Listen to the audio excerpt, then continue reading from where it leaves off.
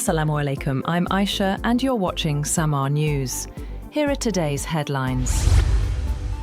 Pakistan has emphasised that it can contribute troops to Gaza strictly for peacekeeping purposes, not to disarm Hamas, describing this as a clear red line. The statement came during the weekly media briefing by the Foreign Office spokesperson. He also made it clear that Israel's presence or absence in the newly formed Peace Board does not concern Islamabad, as Prime Minister Shehbaz Sharif attends its inaugural session in Washington at the invitation of US President Donald Trump. US President Donald Trump will preside over the first meeting of his Board of Peace today, with unresolved questions on the future of Gaza hanging over an event expected to include representatives from more than 45 nations. The disarmament of Hamas, the size of the reconstruction fund, and the flow of humanitarian aid to the war-battered populace of Gaza are among the major questions likely to test the effectiveness of the board in the weeks and months ahead. Trump is to address the group and announce that participating nations have raised $5 billion for the reconstruction fund.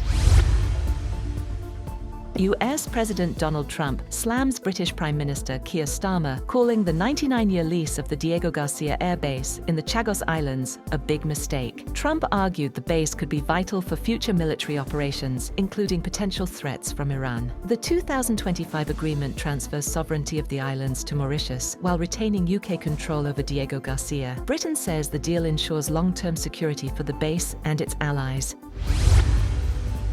The United States plans to largely withdraw its remaining approximately 1,000 troops from Syria over the next few months, a White House official told the BBC. The move comes as the Syrian government assumes a larger role in combating terrorism, making a heavy US presence no longer required. The withdrawal coincides with a major US military buildup in the Middle East near Iran, including deployments of the USS Abraham Lincoln and USS Gerald R. Ford aircraft carriers. Officials say the US remains ready to respond to regional threats as needed.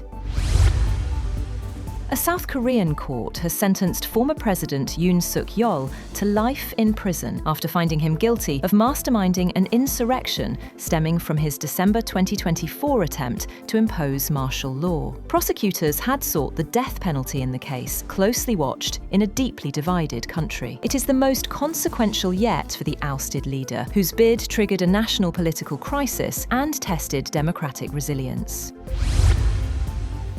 Andrew Mountbatten Windsor, the younger brother of King Charles III, has been arrested on suspicion of misconduct in public office over his links to late US financier Jeffrey Epstein. The arrest marks the first time the former prince has been detained, amid long-standing controversy surrounding his association with Epstein. Newspapers earlier reported that 6 unmarked police cars and around 8 plainclothes officers arrived at Wood Farm on the Sandringham estate in eastern England. Vehicles believed to be unmarked police cars were seen at Sandringham in Norfolk, where Andrew has been living since leaving his home in Windsor.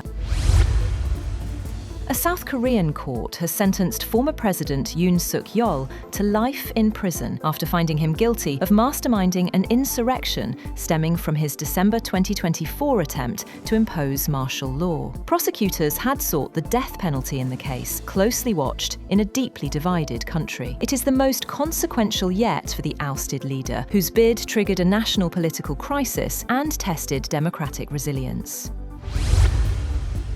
Bill Gates pulls out of India's AI Impact Summit hours before his keynote, citing a desire to keep focus on the event's priorities. His absence followed NVIDIA CEO Jensen Huang's cancellation and comes amid scrutiny over Gates' past meetings with Jeffrey Epstein. The summit, billed as the first major AI forum in the Global South, has faced criticism for poor planning, traffic snarls, and a robot exhibit blunder. Prime Minister Narendra Modi, French President Emmanuel Macron, and tech leaders, including Sundar Pichai and Sam Altman, are still scheduled to speak. Canada has updated its express entry immigration system to prioritize skilled workers in research, healthcare, aviation, and certain military roles. The new categories include doctors, nurses, pilots, senior managers, transport sector workers, and foreign military recruits. The changes announced Wednesday aim to fill labor shortages in critical sectors while reducing dependence on the US, aligning with Prime Minister Mark Carney's broader defense and workforce strategy. Immigration Minister Lena Metleg-Diab said the updates will attract talent that can contribute from day one. That's all for now. For more updates, visit www.samaa.tv. Thank you for watching Samaa News.